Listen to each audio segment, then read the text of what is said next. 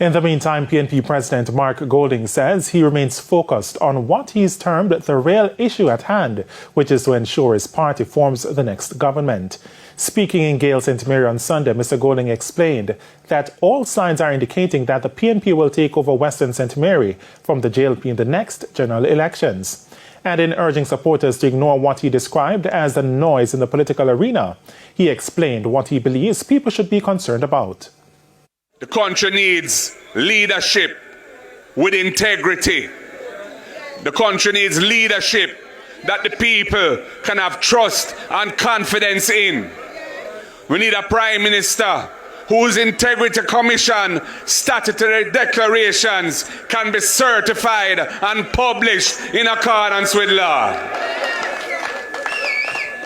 We have not put any ban or gag order on any of our MPs or senators talking about integrity commission issues. In going further, Mr. Golding pointed to the issues within the education system. Too much youth going through primary school, leaving primary school, can't read and write, can't do basic arithmetic. We have to fix that.